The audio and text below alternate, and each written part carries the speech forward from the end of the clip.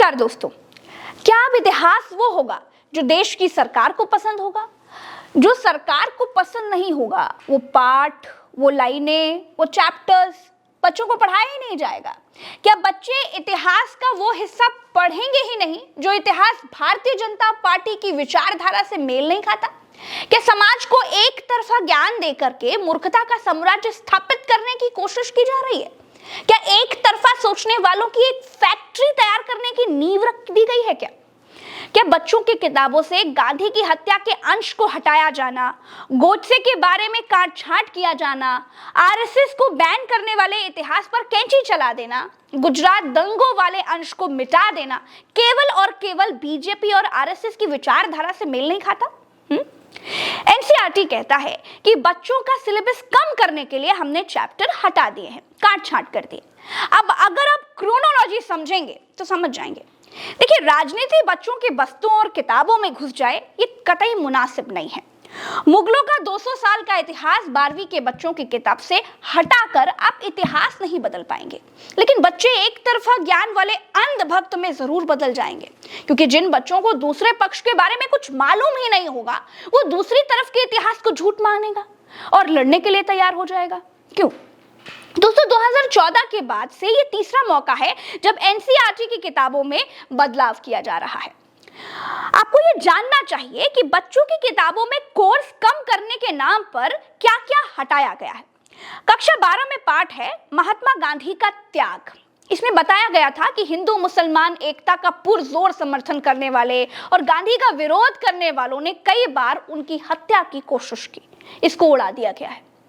किताब के उस तथ्य पर भी कैंची चला दी गई है जिसमें बताया गया था कि महात्मा गांधी की हत्या के बाद भारत की सरकार ने सांप्रदायिक तनाव फैलाने वाले संगठनों के खिलाफ कार्रवाई की और इस कार्रवाई के दौरान ही राष्ट्रीय स्वयंसेवक संघ यानी आरएसएस जैसे संगठनों को कुछ वक्त के लिए प्रतिबंधित कर दिया गया था। इस किताब में महात्मा गांधी की हत्या से जुड़ा वो किस्सा भी हटा दिया गया है दोस्तों, जिसमें उन्हें मारने वाले यानी नाथूराम गोडसे को ब्राह्मण और कट्टरपंथी अखबार का संपादक बताया गया था। इसे बदलकर बस इतना सा लिख दिया गया है कि 30 जनवरी को प्रार्थना सभा में एक युवा ने गांधी पर गोली चलाई। हत्या करने के बाद उस हत्यारे ने सरेंडर भी कर दिया। व्यक्ति की पहचान नाथूराम गोडसे के तौर पर की गई। किताब का एक पैराग्राफ हटा दिया गया जिस पर गुजरात दंगों के बारे में लिखा गया था। इस पैराग्राफ में बताया गया था कि किस तरह से रिहायशी इलाके धर्म, जाति और नस्ल के आधार पर बटे होते हैं और किस तरह 2002 में हुए गुजरात दंगों के बाद धर्म जाति में लोग और भी ज्यादा बढ़ते चले गए। किताब में इस पैराग्राफ के साथ कक्षा 6 से लेकर के 12 तक के सोशल स्टडीज के सिलेबस से गुजरात दंगों से जुड़ी हर जानकारी को हटा दिया गया है दोस्तों। महात्मा गांधी और आरएसएस और गोडसे से जुड़े तथ्यों के अलावा नई किताबों से मुगल और जाति व्यवस्था से जुड़े हिस्सों को भी हटा दिया गया है। कक्षा 7 की इतिहास की किताब से दिल्ली सल्तनत के शासकों जैसे मामलुक, तुगलक, खिलजी, लोधी और मुगलों से जुड़े हुए कई हिस्सों को गायब कर दिया गया। उस टेबल को भी हटा दिया गया है जिसमें हुमायूं, शाहजहां, बाबर, अकबर, जहांगीर और औरंगजेब की उपलब्धियों की जानकारी दी गई थी। दोस्तों, 12वीं की क्लास से एनसीईआरटी की किताब से मुगल दरबार नाम का चैप्टर भी हटा दिया गया है। ना बच्चे मुगलों के बारे में पढ़ेंगे, ना अकबर महान रहेगा। अब महान सिर्फ एक ही इंसान रहेगा। खैर, मुगल दरबार का चैप्टर हटा दिया गया। अब टीचर पढ़ाएगा तो कहेगा कि राणा सांगा बहादुरी के साथ लड़ते थे। बच्चे पूछेंगे किसके साथ लड़ते थे, तो टीचर कहेंगे बहादुरी के साथ लड़ते थे। महाराणा प्रताप भी बहादुरी के साथ लड़ते थे। बच्चे पूछेंगे किसके साथ लड़ते थे जी, तो टीचर कहेंगे बहादुरी के साथ लड़ते थे।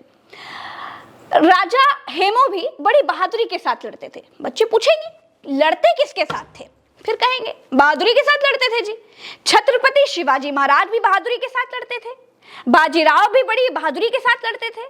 लड़ते तो थे, लेकिन लड़ते किसके साथ थे? जवाब यही होगा, बहादुरी के साथ लड़ते थे। अब बच्चे चाहे तो पूछ भी सकते हैं कि ये सब दुश्मन लोग के साथ क्यों नहीं लड़ते थे? सब बहादुरी के साथ लड़ते थे। तो टीचर कह सकते हैं कि जिनके साथ वो बहादुरी से लड़ा करते थे उनका चैप्टर तो हटा दिया गया है। मुगलों के बारे में मत पूछो, अब मुगल आउट ऑफ कोर्स हो गए हैं। 200 साल मुगलों ने भारत में राज किया। 200 साल की इतिहास की बात अब 12वीं में पढ़ने वाले किसी युवक को नहीं बताई जाएगी। 200 साल का समय 12वीं की क्लास से आउट ऑफ सिलेबस हो गया है। अच्छा हो या बुरा हो, इतिहास इतिहास ही होता है।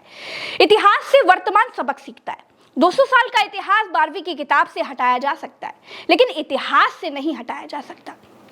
आज के लिए दोस्तों इस वीडियो में इतना ही। चलते हैं। नमस्कार, राम राम, दुआ सलाम, जय हिंद। बिना लाग लपेट सीधे सच को सरवाइव करने के लिए आपके सपोर्ट की जरूरत है दोस्तों। चैनल को ज्वाइन करके आप सच को और स्वतंत्र पत्रकारिता को समर्थन दे सकते हैं। फेसबुक पर देख रहे हैं तो फॉलो करना ना भूलें। चैनल को सब्सक्राइब जरूर कीजिएगा। बाकी मौज में रहें, स्टार करें। नमस्कार, जय हिंद, जय भारत।